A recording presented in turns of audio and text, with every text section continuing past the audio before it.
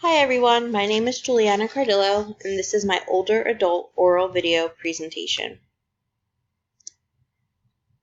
So for my interview, I decided to focus on stage 7 of Erikson's psychosocial development theory, generativity versus stagnation.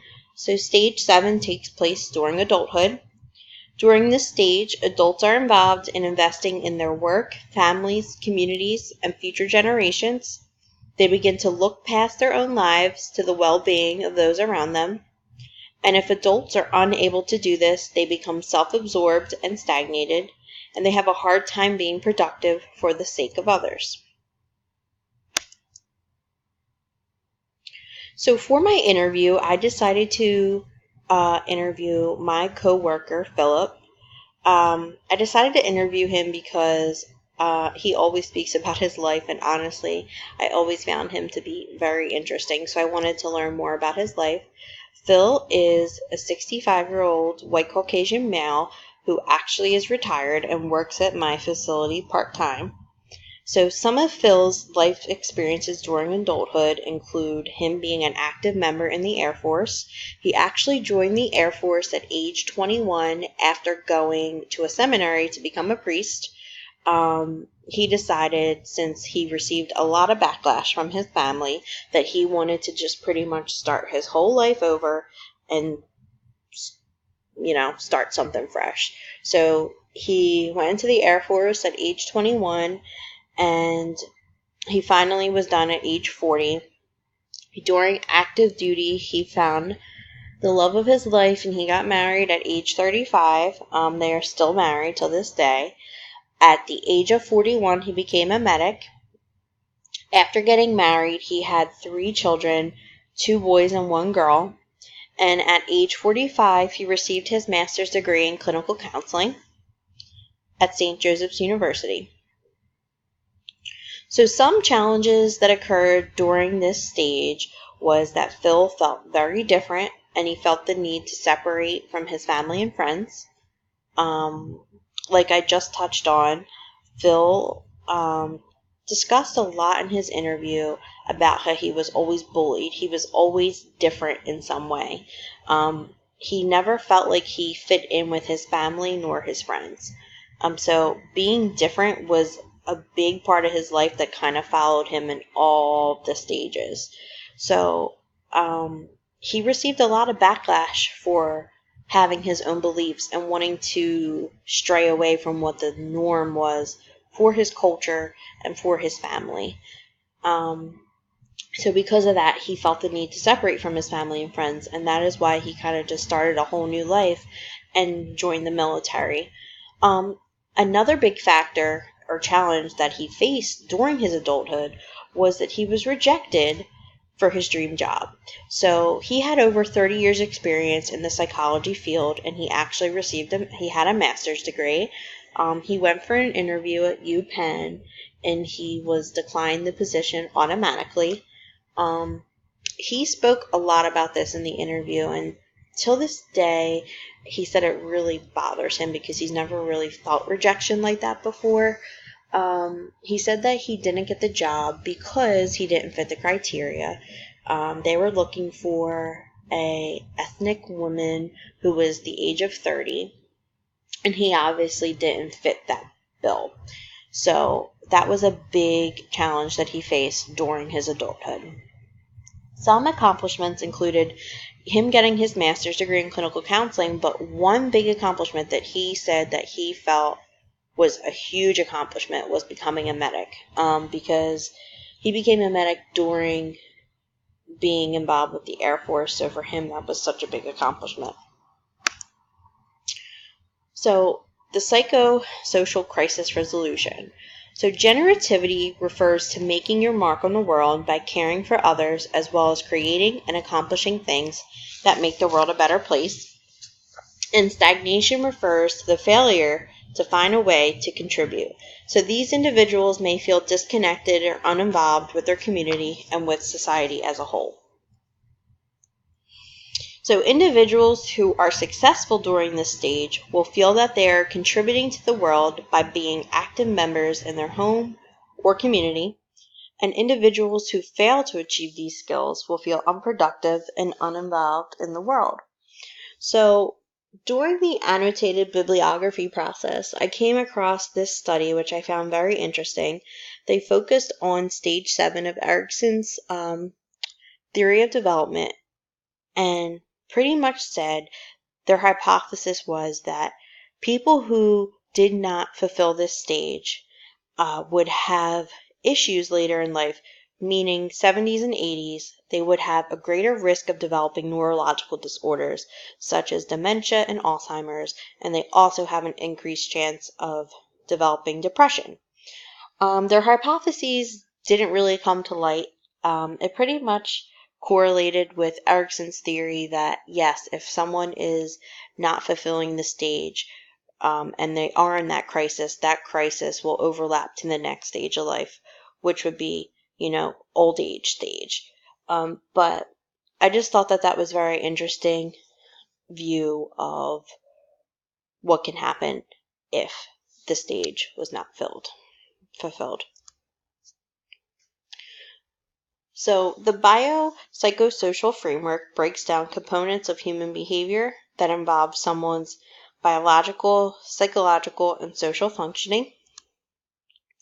So some biopsychosocial factors or events that may have facilitated or inhibited the resolution of the psychosocial crisis included feeling of rejection, feeling of not being accepted, letting go of control, Phil's culture, age, and religion. So I feel like feeling of rejection and feeling of not being accepted are the same thing. But like I said before, his feeling of rejection of not getting that job was a big challenge that he faced during his adulthood. And that kind of also intertwined with not feeling accepted.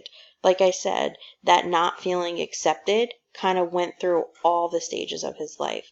So the rejection and the not being accepted were huge factors that could have put him in the crisis and not being able to move on to that old age stage correctly. Letting go of control was a big one because his family are from Italy. They have that very old school Italian mentality. He was born and raised in South Philadelphia. So for him, his mother was very controlling, and in the Italian culture they have social norms, so what he wanted to do in his life was not what they considered acceptable. So he decided to go against his mother's wishes and pretty much do his own thing and start his whole life. So by him joining the armed forces, that was kind of his way of letting go of control. So his culture obviously played a big part in that.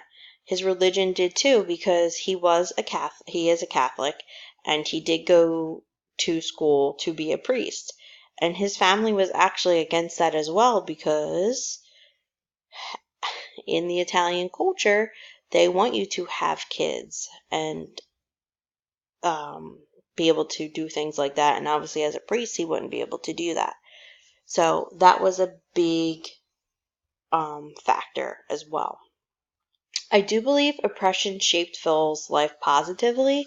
His thought process, his attitude, his aspirations, his expectations, and his social behavior were all shaped by his experiences, whether they be positive or negative experiences. But overall, I really do think oppression shaped his life positively.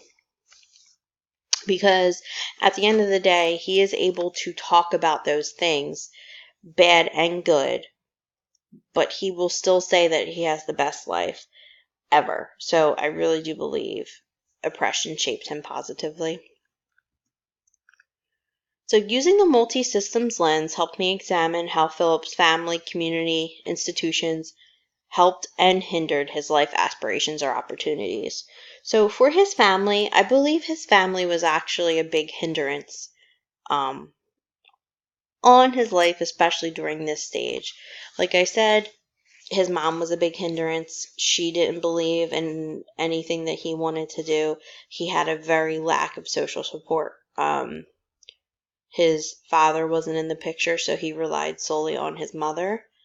and unfortunately he didn't get the support that he needed. So that is kind of what caused him to let go of that sense of control and just become his own individual person. So I believe his mother was a big hindrance to him.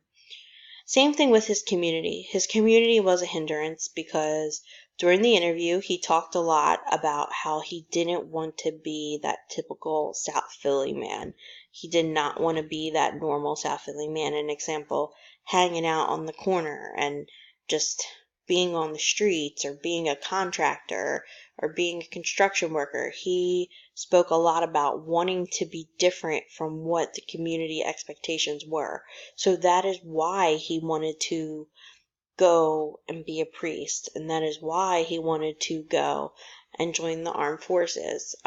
He also talked a lot about the community in a sense of what he wore. He got made fun of a lot, even in adulthood, for dressing properly and not dressing what they considered normal in South Philly at that time.